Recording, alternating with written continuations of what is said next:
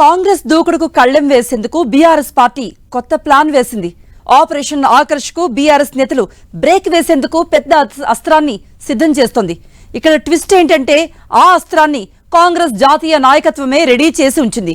ఇక అస్త్రాన్ని సరైన సమయంలో సంధించడమే బీఆర్ఎస్ నేతల ముందు ఉన్న అతిపెద్ద సవాల్.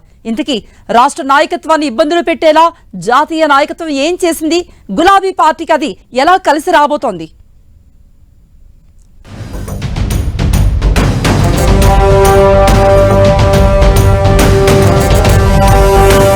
తెలంగాణలో అధికారంలోకి వచ్చిన కాంగ్రెస్ పార్టీ గేట్లు తెరిచి మరీ ప్రతిపక్ష ఎమ్మెల్యేలకు కండువాలు కప్పిస్తోంది. బుజ్జగించో, ఆఫర్లు ప్రకటించో ఆహ్వానాలు పంపిస్తోంది.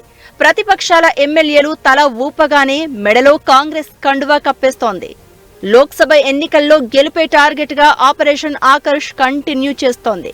ఇప్పటికే సికింద్రాబాద్ నియోజకవర్గానికి ఎంపీ అభ్యర్థిగా బీఆర్ఎస్ నుంచి విజయం సాధించిన ఎమ్మెల్యే దానం నాగేందర్ పేరును ప్రకటించింది.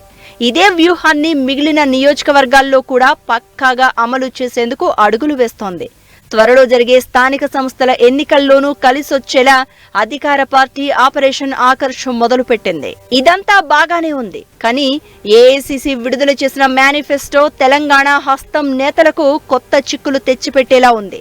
ఓ పార్టీ నుంచి ప్రజాప్రతినిధిగా ఎన్నికైన నేత ఆ పార్టీ వీడితే అనర్హత వేటు వేయాలని మేనిఫెస్టోలో క్లియర్ కట్ గా పొందుపరిచారు. ఈ పాయింటే ఇప్పుడు గులాబీ పార్టీకి అస్త్రంగా మారనుంది. కాంగ్రెస్ నేతలను డిఫెన్స్ లో పడేసే బ్రహ్మాస్త్రంగా మారిపోయింది. కాంగ్రెస్ జాతీయ నాయకత్వం ఓ విధానం అమలు చేస్తుంటే రాష్ట్రంలో ఆ పార్టీ నాయకత్వం అందుకు భిన్నంగా వ్యవహరిస్తుందన్న అంశాన్ని ప్రజల్లోకి తీసుకెళ్లేందుకు బీఆర్ఎస్ రెడీ అవుతోంది.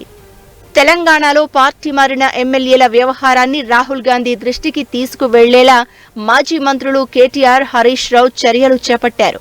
జాతీయ కాంగ్రెస్ నిర్ణయం మేరకు తెలంగాణలో పార్టీ మారిన 3 ఎమ్మెల్యేలపై తక్షణమే అనర్హత వేటు వేయాలని బీఆర్ఎస్ డిమాండ్ చేస్తోంది.